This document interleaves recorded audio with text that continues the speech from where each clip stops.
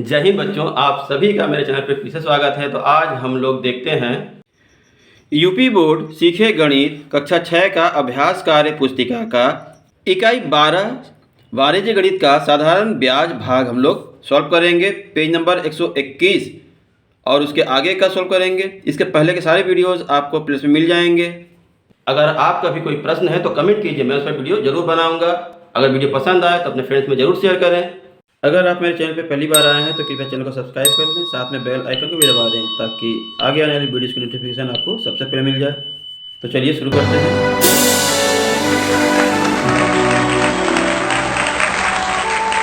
तो हम लोग शुरू करते हैं। पेज नंबर 121 में यहाँ दिया है साधारण ब्याज। जमा की गई अथवा उधार ली गई धनराशि से जो अधिक धनराशि ली जाती है अथवा दी जाती है उसे क्या कहते हैं? तो उसे ब्याज कहेंगे। ठीक है, यहाँ पे लिख देंगे ब्याज। फिर प्रश्न नंबर 2 में है कि जिस निश्चित अवधि के लिए धन जमा रहता है उस अवधि को क्या कहते हैं? तो समय कहते हैं। ठीक है, समय लिख देंगे यहाँ पे।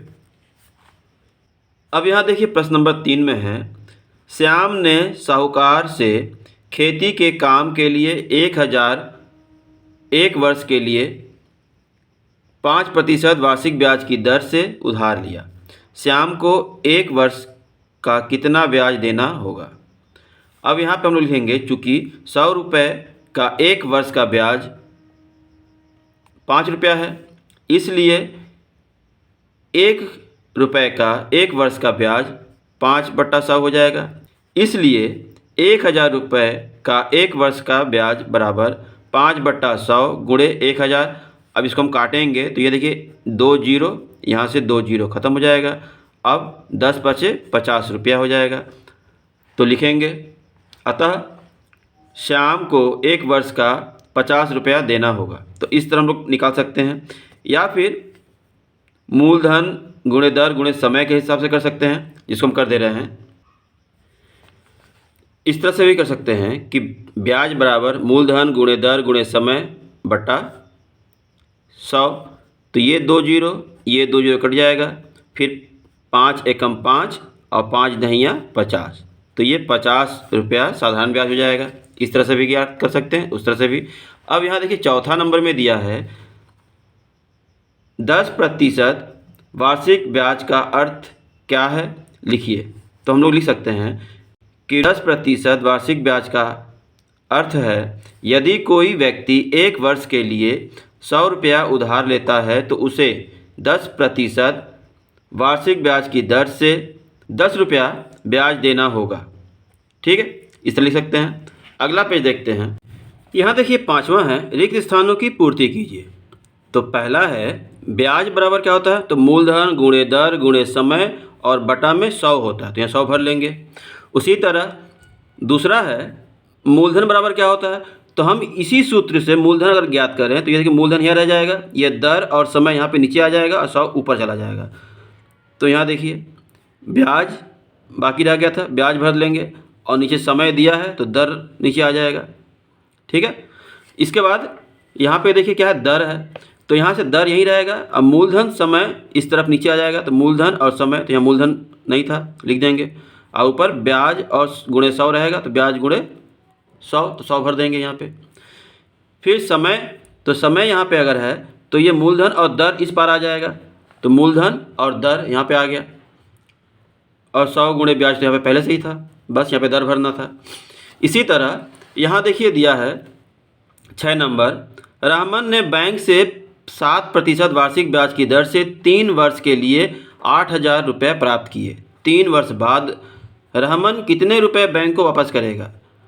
तो पहले तो हमको ब्याज ज्ञात करना है, कितना ब्याज होगा। ब्याज और मूलधन दोनों की वापस करेगा, तो हम लोग पहले लिख लेंगे मूलधन दर और समय। तो ब्याज बराबर मूलधन गुणे दर गुणे समय।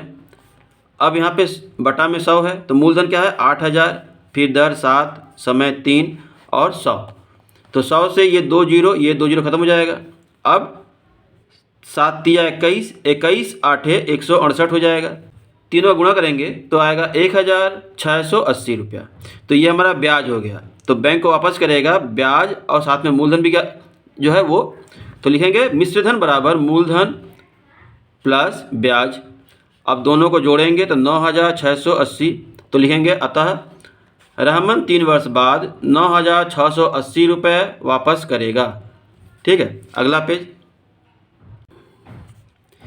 यहाँ देखिए अगले पेज में है व्यवहारिक गणित। तो पहला रिक्त स्थान की पूर्ति करना है, तो लिखा है दैनिक जीवन के व्यवहार में प्रयुक्त होने वाली सरलतम गणना की विधि को व्यवहारिक गणित कहते हैं। तो व्यवहारिक गणित यहाँ पे भर लेना है।